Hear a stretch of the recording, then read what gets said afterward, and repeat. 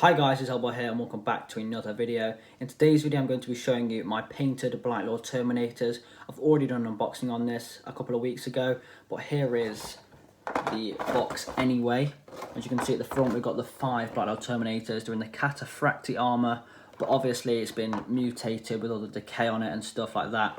But I haven't actually painted it in the colour scheme of the Death Guard with all the olivey green sort of colour and like the really bright disease like pink sort of colour. I've actually done it in the Black Legion colour scheme, which is black and gold. It just matches with my other chaos and they look pretty good. So like always, I'm just going to show you the models and then I'll do a little talk about it, and then maybe I'll do a size comparison because these miniatures are a lot bigger than I expected. Obviously they're going to be big because they're in the Cataphracti armour and that's pretty beefy armour, but I've got to say I think these are a little bit bigger than the Cataphracti.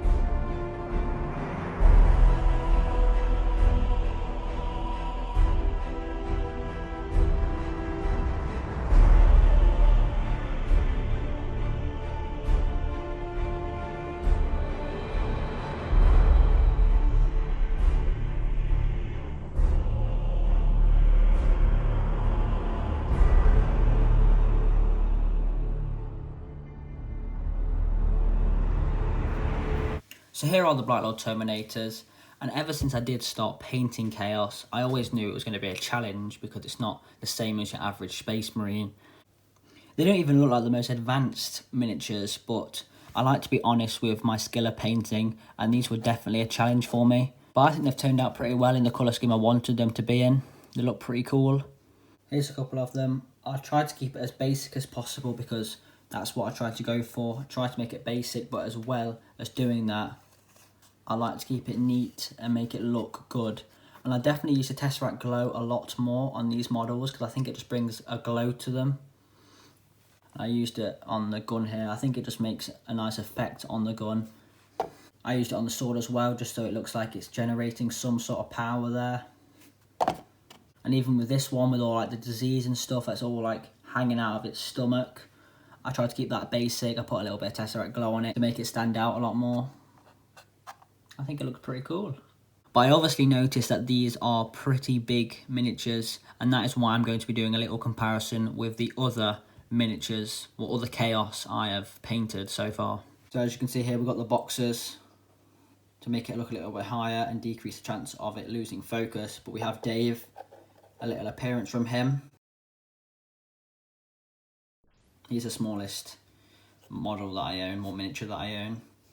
And we have first the oldest Chaos Space Marine I own, probably one of the oldest models that I own.